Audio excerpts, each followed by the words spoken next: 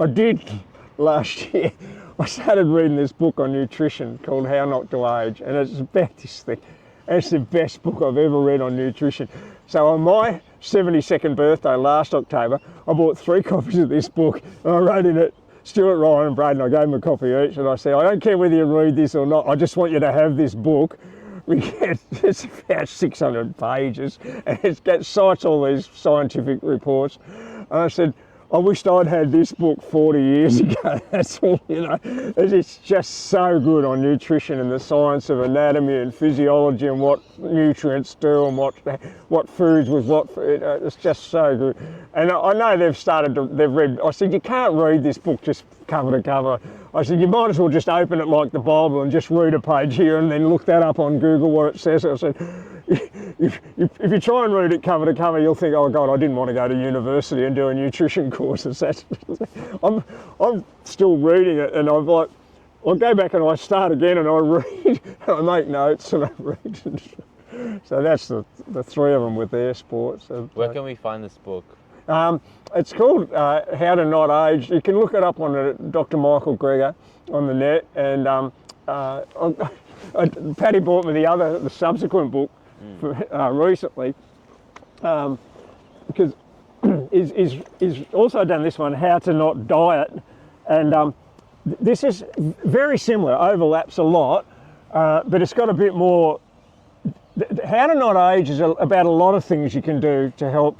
How to Not Diet, it talks a lot about when you have foods, like if you have fibre first, or cellulose, or like beans, and then you choose to have like even a can of Coke, the fibre in your gut slows down what they call the glycemic rise or the glycemic index. So if you just have a can of Coke, your blood sugar will spike and you'll secrete insulin, and then you'll turn it into fat if you don't have a sugar.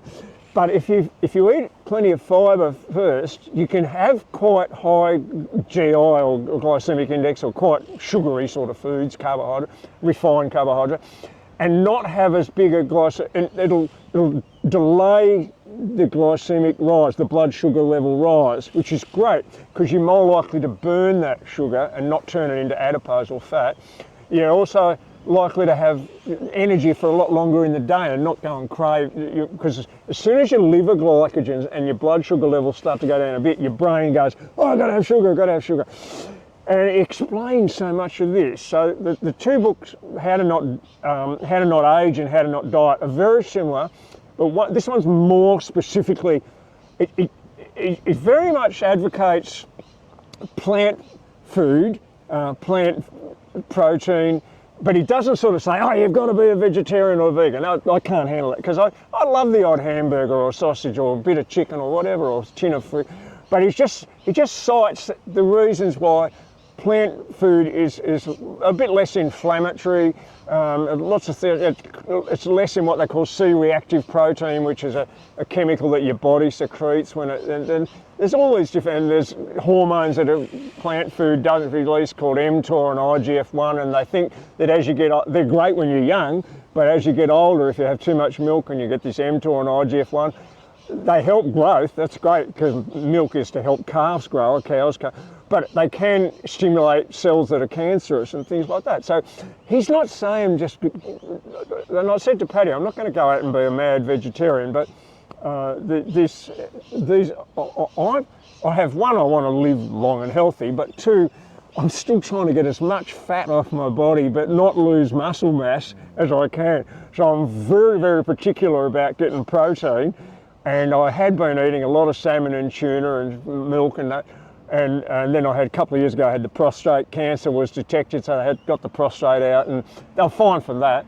And they said, oh, your LDLs were a bit low density lipoprotein, having a bit too much cholesterol. So I read more and more. I thought, how can I get protein, not have milk, not have cheese? And lucky to come across these books. And just happened to be in a bookstore in St Kilda in Ackland Street called Readings, and Robinson's in Frankston's very good, very much like. They tend to have these really good books that really give you a lot of the latest science, and it's not just bloody YouTube podcast things that, it's no, he's not. he gives it in the back of that, there's a QR code that you can download, and you can even do it with your phone. Somewhere here in these last few pages, a QR code, and when you scan that with your phone, it gives you access to a database of thousands of scientific research papers that are what they call peer-approved papers, that are university papers. Here it is. From like Harvard, universities all around the world, and right through the book they'll give little numbers, and it'll talk about, they did a study in Denmark on 20,000 women who were, couldn't lose post-birth weight, and 10,000 of them they did this, and 10,000 they didn't. And you go, and then it'll give the little number, and because you've scanned that, okay, you key the number in on your phone, and here's this actual study, the full university study, listing the date and the time and the objectives, and it's a peer-approved paper, and you have access to read that. And there's thousands of them. So it's not just some clown, in Denmark going, we did this with these 10 women and all that sort of thing. Yeah, it's official, and there's like a reference that you can backtrack it. Yeah, backtrack.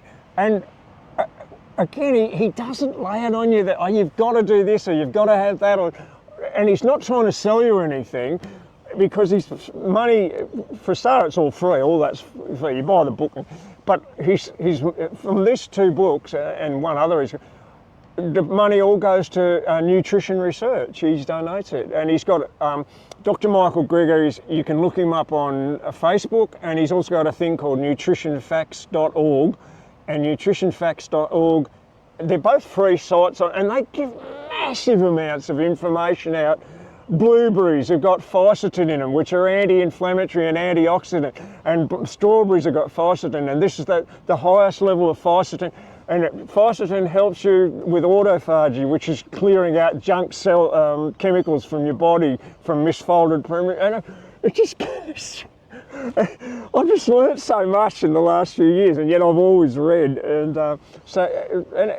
and Paddy says, you're bloody obsessed. And I said, well, the more we read, the healthier we can be, even though at our age, and eating more nuts now and less chocolate. But I said, if I can figure out how to lose 5 grams of fat and run a little bit better, I'm still competitive. I still want to be it's still my sport as well, and I reckon I'm in the top 2 or 3 in marathon in Australia in 70-year-olds, which means